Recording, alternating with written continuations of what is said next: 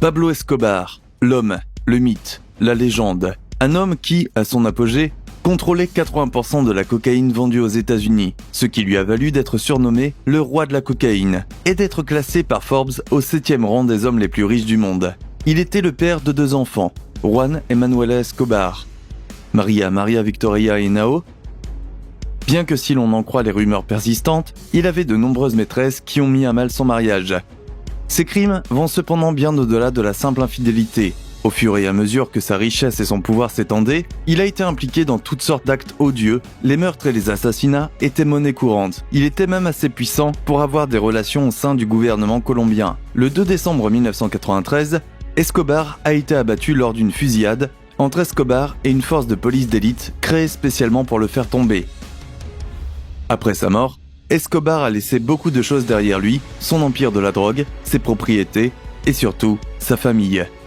Plus de 20 ans après sa mort, nous sommes ici pour découvrir ce qui est arrivé à la famille de Pablo Escobar après sa disparition. Sa femme, Maria Victoria Henao Valero, est née en 1961. Elle a rencontré Pablo Escobar alors qu'elle n'avait que 13 ans et à l'époque, elle était sûre d'avoir rencontré l'amour de sa vie. Et après 17 années compliquées de mariage, à travers le trafic de drogue, la violence et l'infidélité potentielle avec de nombreuses femmes, Maria maintient qu'il était en fait l'amour de sa vie. Elle se souvient encore avec émotion des moments heureux passés avec Escobar.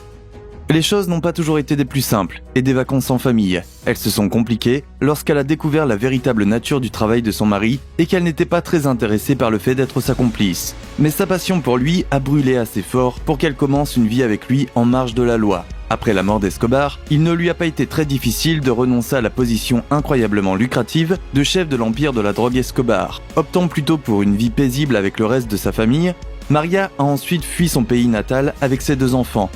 Mais même cela n'a pas été facile. L'asile lui a été refusé.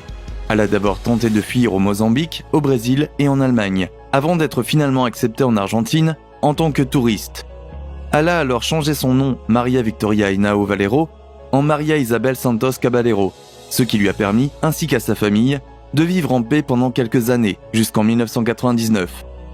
Les autorités ont découvert que Maria Isabel Santos était en fait Maria Victoria Henao, l'épouse du célèbre Pablo Escobar, ce qui a conduit à leur arrestation pour blanchiment d'argent en l'an 2000. Elle et son fils, Juan Pablo, ont été emprisonnés pendant de nombreux mois. Après son arrestation, Maria a fait une déclaration. « Je suis emprisonnée en Argentine parce que je suis colombienne, parce qu'ils veulent juger le fantôme de Pablo Escobar et parce qu'ils veulent faire croire que l'Argentine lutte contre le trafic de drogue. » Finalement, les autorités n'ont pas pu la relier à une quelconque affaire illégale et elle a donc été libérée.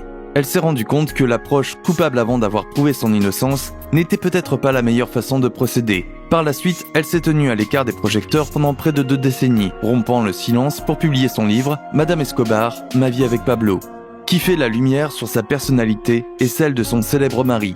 Elle mène toujours une vie tranquille avec ses enfants et petits-enfants à Buenos Aires, en Argentine. Son fils, Juan Pablo Escobar, né en 1977, a fini par changer son nom, tout comme sa mère, en Sebastián Marroquín, alors arrivé en Argentine. Il est aujourd'hui architecte, designer, conférencier et auteur, et s'est beaucoup exprimé sur son père, ce qui rend le changement de nom un peu discutable. Je dirais même qu'il regrette probablement ce changement, puisqu'il a conçu une ligne de vêtements qu'il a baptisée Escobar Henao, une combinaison du nom de famille de son père et du nom de jeune fille de sa mère. La ligne de vêtements Escobar Henao comporte même le visage de Pablo Escobar, imprimé sur des tissus organiques, aussi bien sur des jeans que sur des t-shirts. Selon lui, cette entreprise vise à changer l'histoire et la vision de la famille en quelque sorte de plus positif et de plus pacifique. Sébastien a toujours été franc sur les questions relatives à son père et à sa famille. Il s'est insurgé contre un article de Forbes qui évaluait la fortune de sa famille à 3 milliards de dollars, affirmant que cet article avait causé un préjudice incommensurable à sa famille. Cet article a conduit au chantage et à l'enlèvement de plusieurs membres de sa famille, dont lui-même, qui a échappé à plus de 9 tentatives d'enlèvement. Il s'est également exprimé sur la série de Netflix, Narcos, qui a été écrite, basée sur la vie et les affaires de son père en tant que baron de la drogue, déclarant que les informations de la série étaient à la fois falsifiées et déformées. Surtout, Sébastien voulait que le public sache que malgré l'argent, le pouvoir et la charité, Pablo Escobar était responsable de la mort de milliers de personnes et qu'il a dévasté la vie de millions de familles, et que ce n'était pas quelque chose à admirer.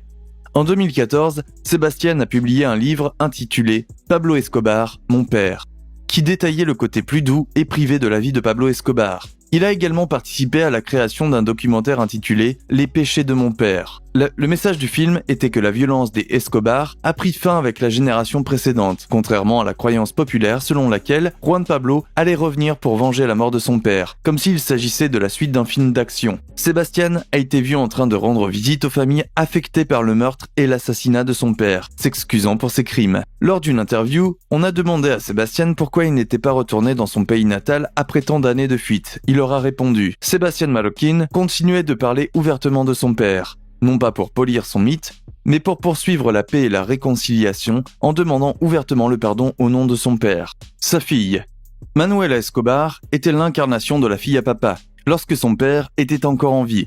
Il était bien connu qu'il était prêt à tout pour sa princesse.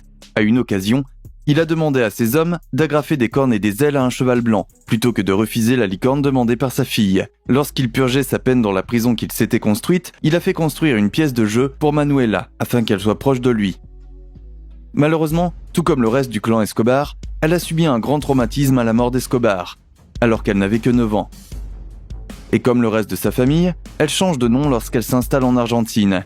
Elle s'appelle désormais Juana Manuela Marroquín Santos. La vie après la mort de son père a été un changement assez radical, c'est le moins qu'on puisse dire. Elle est passée de fille d'un baron de la drogue, capable de brûler littéralement de l'argent pour se chauffer, à tout juste un membre de la classe moyenne. Elle a pu aller à l'école publique comme n'importe quel enfant normal, et même si la vie est devenue plus stable après avoir déménagé en Argentine, elle se sentait tout sauf en sécurité. Cela n'a certainement pas aidé lorsque sa mère et son frère ont été arrêtés pour blanchiment d'argent, bien qu'elle ait été graciée en raison de sa minorité. Bien qu'elle n'ait jamais été accusée ou même associée à un crime de toute sa vie, elle vit toujours dans la peur constante d'être traquée ou de perdre sa famille à cause des crimes de leur père. Cela l'a conduite à mener une vie discrète, surtout par rapport à sa mère et son frère, en choisissant d'éviter les médias et de prendre ses distances avec le passé de sa famille. Il y a très peu d'informations sur Manuela, mais nous savons qu'elle a obtenu un diplôme en relations publiques, aussi ironique que cela puisse être. La rumeur veut aussi qu'elle ait un fils, mais cette information n'est qu'une rumeur. Son silence médiatique est finalement pour son propre bien. Avec la paranoïa croissante et la peur d'être chassée ou de perdre sa famille, elle aurait tenté de se suicider et serait tombée dans des crises de dépression à plusieurs reprises. Dans une interview avec Sébastien, il dit qu'elle reçoit un traitement psychologique. Sa sœur et sa mère. La mère de Pablo Escobar s'appelait Hermilda de los Dolores Gaviria. Elle a été une ardente partisane de son fils jusqu'à sa mort à l'âge de 89 ans. 13 ans après la mort de son fils, dans la même communauté de Medellín où son fils a été tué. On ne sait pas grand-chose sur Hermilda, mais on sait que même si son fils contrôlait le plus grand trafic de cocaïne du monde et qu'il était responsable de la mort de milliers de personnes, elle a toujours refusé de le considérer comme un criminel.